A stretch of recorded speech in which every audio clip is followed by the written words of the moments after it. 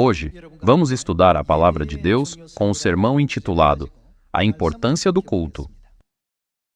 Podemos dizer que o culto do sábado, o culto do terceiro dia, os cultos das festas e os horários regulares de oração são todos cultos a Deus.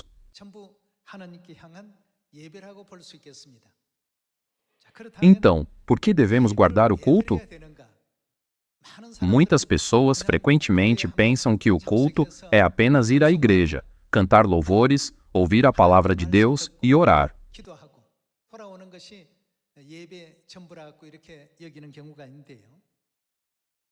Hoje, vamos tomar um tempo para confirmar através da Bíblia o verdadeiro propósito pelo qual Deus nos concedeu o culto e refletir sobre o quão importante é a cerimônia de culto para as nossas almas e no mundo espiritual.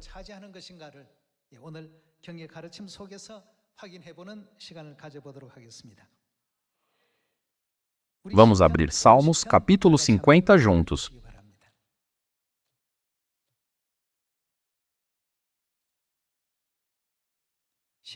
Vamos ver Salmos, capítulo 50, versículo 1.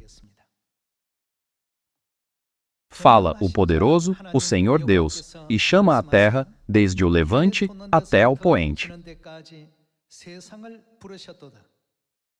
Desde Sião, excelência de formosura, resplandece Deus. Vem o nosso Deus e não guarda silêncio, perante ele arde um fogo devorador. Ao seu redor esbraveja grande tormenta. Intima os céus lá em cima e a terra para julgar o seu povo. Congregai os meus santos, os que comigo fizeram aliança por meio de sacrifícios. A própria palavra sacrifício aqui significa culto. No Antigo Testamento, a palavra sacrifício é frequentemente usada, e no Novo Testamento, a palavra culto é usada. Ambas as palavras possuem o mesmo significado. Dessa forma, Deus nos revela através de Salmos capítulo 50, congregai os meus santos, os que comigo fizeram aliança por meio de culto.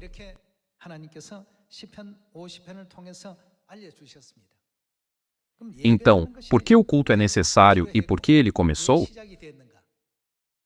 Para que a humanidade compreenda isso facilmente, Deus explica esse assunto através da história do Jardim do Éden. Não havia necessidade de oferecer culto antes de Adão e Eva pecarem ao comer da árvore do conhecimento do bem e do mal. Porém, após cometerem o pecado de comer da árvore do conhecimento do bem e do mal,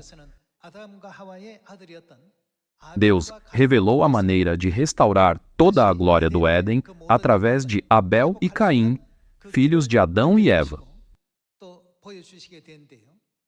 A partir daquele momento, as expressões o sacrifício de Abel e o sacrifício de Caim começaram a aparecer na Bíblia. Em outras palavras, para que eles restaurassem toda a glória do Jardim do Éden, que haviam perdido, Deus estabeleceu o sistema de culto. Na verdade, somos as almas que pecaram no céu e foram expulsas a esta terra. Para sermos perdoados dos pecados que cometemos no céu e encontrarmos Deus, o culto foi estabelecido como um tempo de graça e um lugar de graça. É por isso que participar dos cultos nas datas e horários designados é extremamente importante em nossa vida de fé. Isso nunca deve ser negligenciado. Isso porque a vontade de Deus, permitindo que nós, pecadores do céu, sejamos perdoados, está toda contida no culto. Além disso, o culto também contém o significado de agradecer pela graça de expiar os nossos pecados.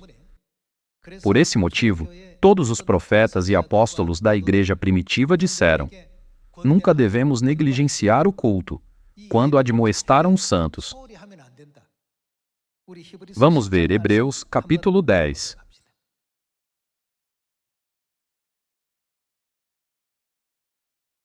Hebreus, capítulo 10, versículo 22. Aproximemo-nos com sincero coração, em plena certeza de fé, tendo o coração purificado de má consciência e lavado o corpo com água pura. Guardemos firme a confissão da esperança, sem vacilar, pois quem fez a promessa é fiel. Consideremo-nos também uns aos outros, para nos estimularmos ao amor e às boas obras. Não deixemos de congregar-nos, como é costume de alguns, antes façamos admoestações, e tanto mais quanto vedes que o dia se aproxima. Ou seja, não devemos desistir de nos reunir para o culto, como alguns têm o hábito de fazer. Em vez de seguir o hábito de não ir ao culto, devemos encorajar uns aos outros e nos esforçar para nos reunirmos conforme vemos o glorioso dia de Deus se aproximando. Essa é a lição que Hebreus, capítulo 10, versículo 25 nos ensina. Portanto, o culto tem um significado importante. Vamos continuar com o verso 26. Porque se vivermos deliberadamente em pecado, depois de termos recebido o pleno conhecimento da verdade, já não resta sacrifício pelos pecados, significa que não resta culto para o perdão de pecados. Pelo contrário, certa expectação horrível de juízo e fogo vingador, prestes a consumir os adversários. Na Epístola aos Hebreus, capítulo 10, podemos confirmar o severo ensinamento e admoestação da Bíblia para não desistir de se reunir para oferecer culto a Deus, como alguns têm o hábito de fazer. Devemos nos tornar seus filhos que guardam o culto mais diligentemente conforme o glorioso dia de Cristo se aproxima. Então, vamos descobrir a lição que o profeta Isaías nos oferece sobre por que o culto inevitavelmente se tornou necessário para nós. Vamos ao livro de Isaías, capítulo 59.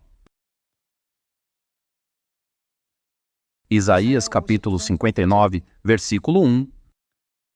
Eis que a mão do Senhor não está encolhida, para que não possa salvar, nem surdo o seu ouvido para não poder ouvir.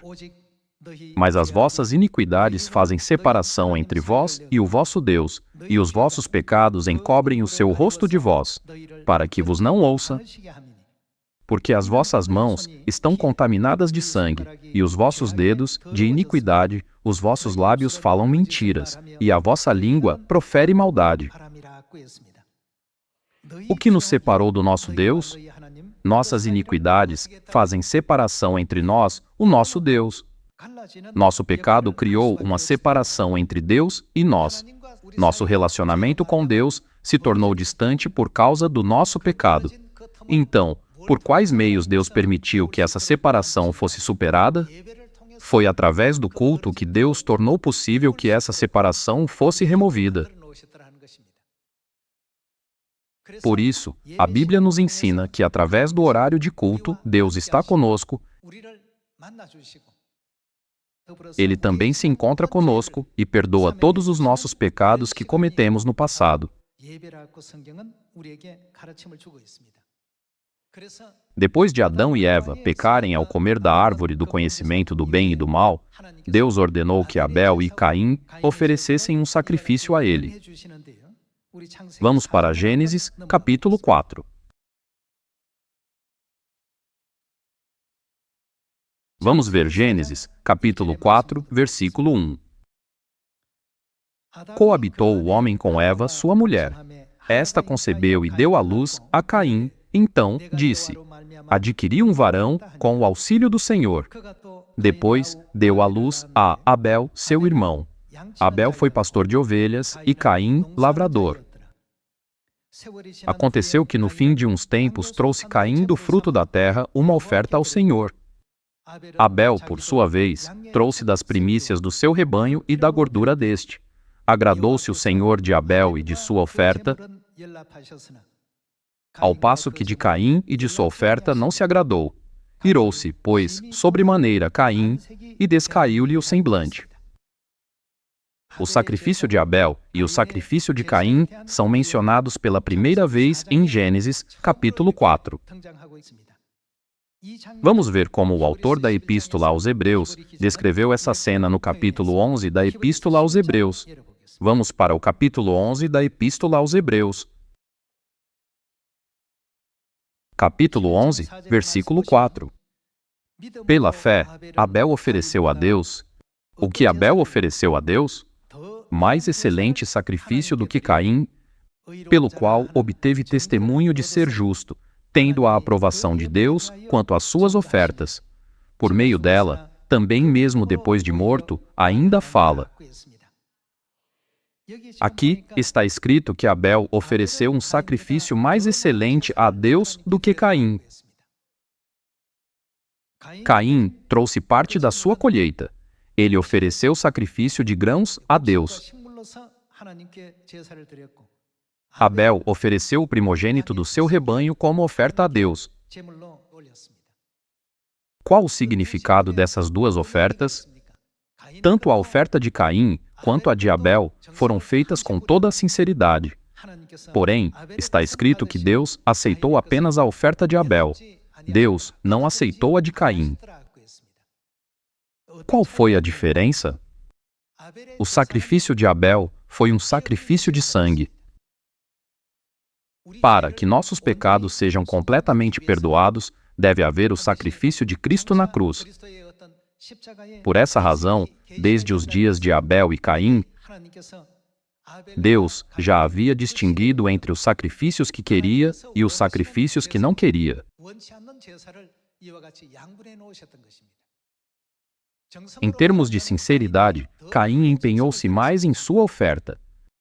Ele semeou, cuidou e regou no tempo certo, de dia e de noite, para que as colheitas crescessem bem. Deus não aprovou o sacrifício de Caim, mesmo que tenha sido oferecido com todo o coração, mas aceitou a oferta de Abel de oferecer um cordeiro primogênito que foi sacrificado com derramamento de sangue.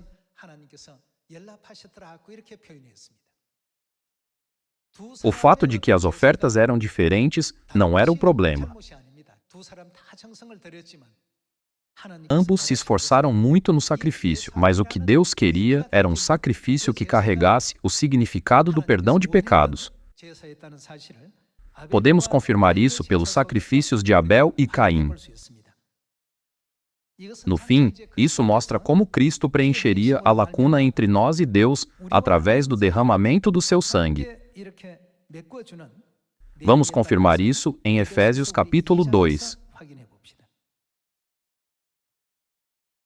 Vejamos Efésios capítulo 2, versículo 13.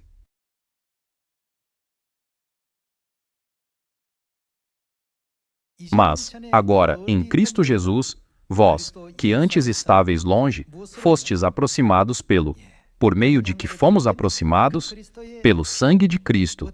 O que aconteceu pelo sangue de Cristo, que é comparado ao Cordeiro? Fomos aproximados. Isso foi possível pelo sacrifício de Cristo. Uma das razões pelas quais Deus considerou a oferta de Abel mais excelente e a aceitou foi porque Cristo, comparado ao Cordeiro, perdoará todos os pecados da humanidade e nos aproximará de Deus com seu sacrifício na cruz.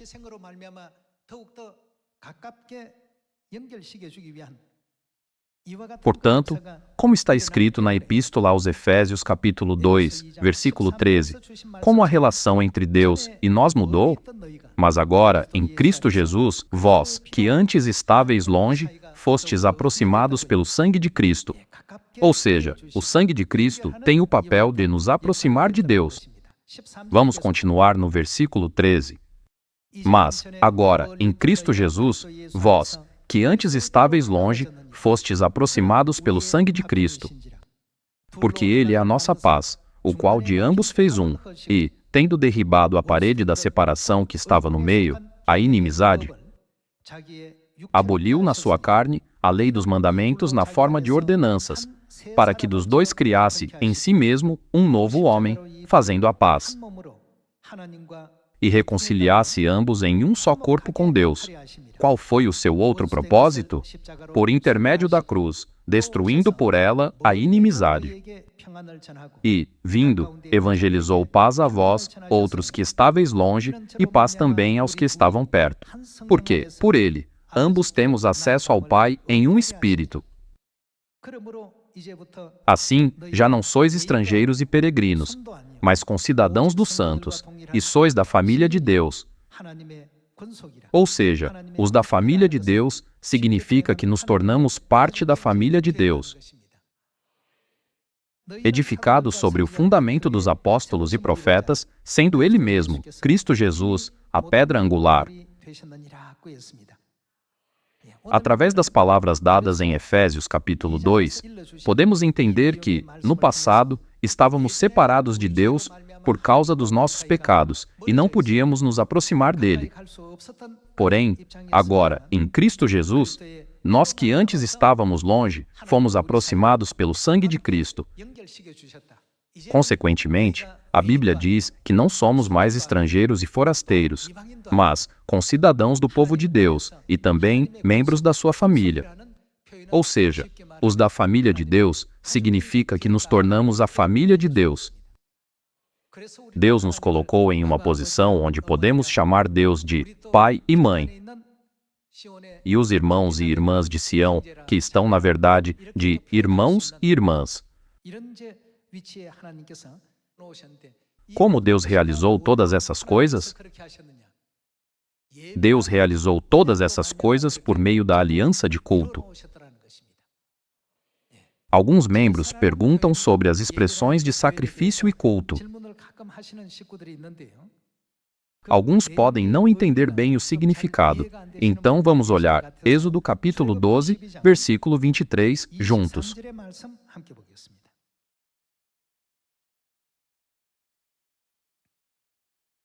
Vejamos Êxodo capítulo 12, versículo 23. Porque o Senhor passará para ferir os egípcios. Quando vir, porém, o sangue na verga da porta, e em ambas as ombreiras, passará o Senhor aquela porta, e não permitirá ao destruidor que entre em vossas casas para vos ferir. Guardai, pois, isto. Como devemos cumprir essas instruções? Por estatuto para vós outros e para vossos filhos, para sempre. E, uma vez dentro na terra que o Senhor vos dará, como tem dito, observai este rito. Quando vossos filhos vos perguntarem, que rito é este? Respondereis, o que é isso? O sacrifício da Páscoa ao Senhor, que passou por cima das casas dos filhos de Israel no Egito, quando feriu os egípcios e livrou as nossas casas. Então, o povo se inclinou e adorou. Nós celebramos o culto da Páscoa todos os anos. O que o livro de Êxodo diz sobre o culto da Páscoa? É o sacrifício da Páscoa. Não é por isso que Jesus é chamado de Cordeiro Pascal? Até no Egito, há 3.500 anos, Deus passou por todas as casas que tinham o sangue do Cordeiro Pascal para que o desastre não as tocasse.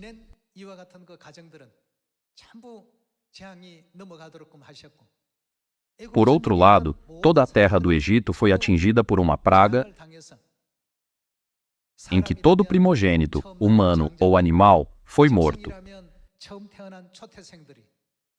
Esse terrível evento, que ocorreu cerca de 3.500 anos atrás, está registrado na Bíblia. Sobre todos esses cultos, Deus disse: reúnam todos os que fizeram aliança comigo por sacrifício. Deus referiu-se à Páscoa como culto e como o sacrifício da Páscoa no livro do Êxodo, capítulo 12. Portanto, o motivo pelo qual Deus aceitou a oferta de Abel e disse que ele trouxe uma oferta melhor que a de Caim foi porque a oferta de Abel era um sacrifício com sangue de cordeiro, e a oferta de Caim era um sacrifício sem derramamento de sangue.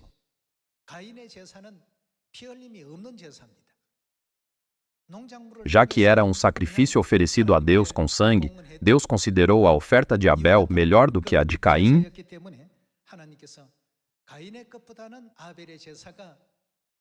Deus aceitou a oferta de Abel e rejeitou a de Caim, porque sua grande vontade de perdoar todos os pecados da humanidade no futuro estava contida no sacrifício de sangue. Não foi porque Deus guardava rancor contra Caim. Um era sacrifício de sangue e o outro sem sangue.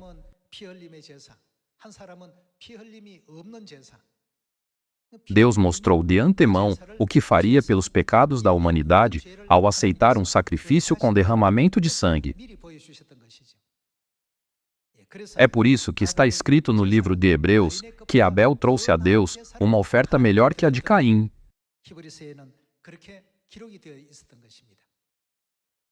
No fim, quando Jesus Cristo veio a esta terra como o Cordeiro Pascal e foi sacrificado, o que aconteceu com a relação entre Deus e nós, que havia se tornado distante? Através do seu derramamento de sangue na cruz, ele não restaurou a relação? Deus restaurou a relação e nos trouxe para perto. Consequentemente, a Bíblia nos ensina que nós, que éramos estrangeiros e peregrinos no passado, agora somos membros da família de Deus. Deus nos tornou parte de sua família. É por isso que o culto é muito importante para nós. É por isso que Deus disse que jamais devemos desistir de nos reunir para o culto, como alguns têm o hábito de fazer. Deus não está nos lembrando que devemos sempre adorá-lo para sermos salvos, receber o perdão dos pecados e voltar ao nosso eterno lar celestial?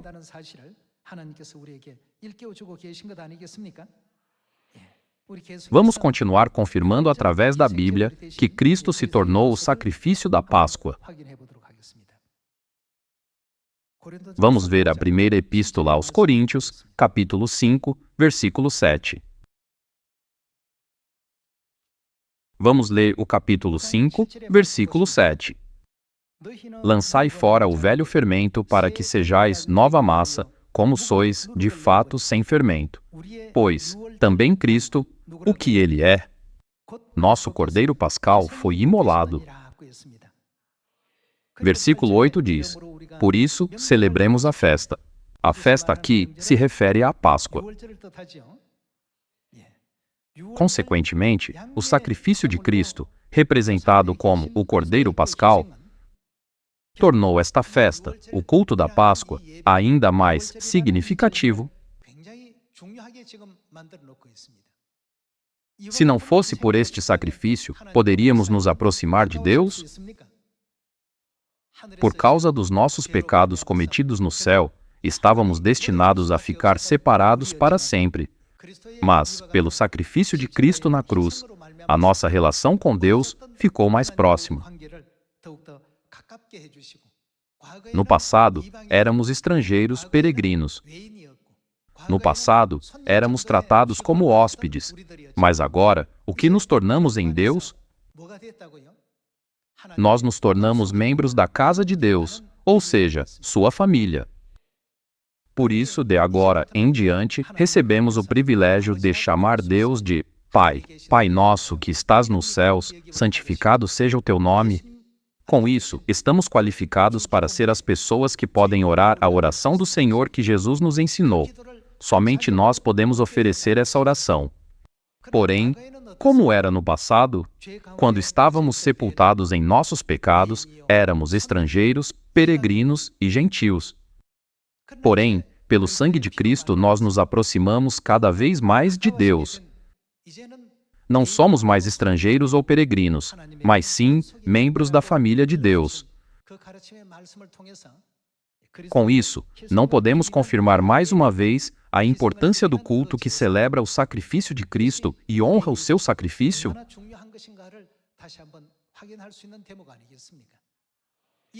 Através do culto, a relação entre Deus e nós, como pai e mãe e filhos, é formada. Portanto, qual é o significado das palavras não deixando de reunir-nos como alguns costumam fazer.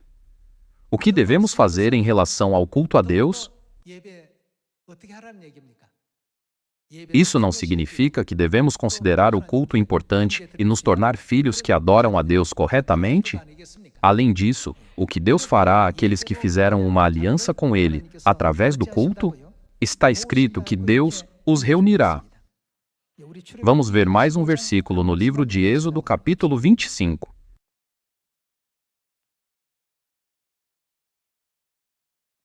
Êxodo, capítulo 25, versículo 20. Os querubins estenderão as asas por cima, cobrindo com elas o propiciatório. Estarão eles de faces voltadas uma para a outra, olhando para o propiciatório. Porás o propiciatório em cima da arca, e dentro dela porás o testemunho que eu te darei. Ali virei a ti. A qual lugar isso se refere? Essa cena não está explicando sobre o lugar santo e o santo dos santos? No santuário, há o santo lugar na frente e o santo dos santos atrás. Onde estão os querubins? Os querubins estão no Santo dos Santos, diretamente acima da Arca da Aliança. O que Deus faz lá? Ele promete nos encontrar ali. Quando é esse dia que Deus nos permitiu encontrá-lo, embora estivéssemos longe dele? É o dia da expiação. Uma vez por ano, no dia da expiação, o caminho é aberto para o sacerdote entrar no Santo dos Santos. E Deus diz: ali virei a ti. Portanto, sem sacrifício, ou seja, sem culto, há algum ponto de contato entre Deus e a humanidade? Absolutamente não. Através do culto, Deus nos chama, que estávamos distanciados pelo pecado, e nos aproxima dele. Através do sacrifício de Cristo pelo seu sangue, Deus nos concedeu as qualificações para sermos membros de sua casa. Portanto, nunca devemos negligenciar o culto. Seja o culto do sábado, o culto do terceiro dia ou o culto das festas. Através de cada culto, Deus ouve atentamente todos os nossos apelos e cumpre todos os nossos desejos. Toda essa obra é realizada através do culto. Embora guardemos o culto regularmente, não devemos oferecer o culto cegamente, sem saber o motivo ou a vontade de Deus, mas devemos oferecer o culto com entendimento. Para adorar com entendimento, devemos saber com precisão se o dia de culto que Deus prometeu se encontrar conosco através da aliança é o sábado ou o domingo, e se a sua festa é o Natal ou a Páscoa. Dessa forma, não devemos oferecer o verdadeiro culto que Deus deseja, assim como o sacrifício de Abel?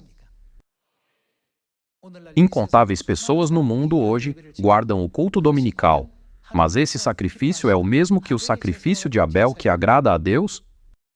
O culto do sábado corresponde ao sacrifício de Abel, não é? Não devemos entender isso corretamente e oferecer o culto de acordo com a aliança de Deus?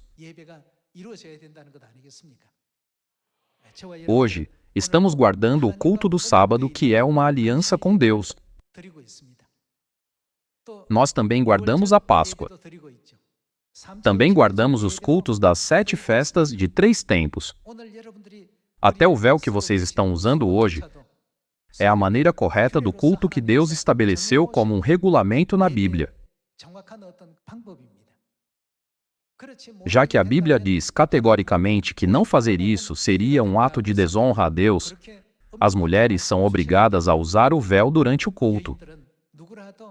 Este é um regulamento de culto dentro da Igreja de Deus.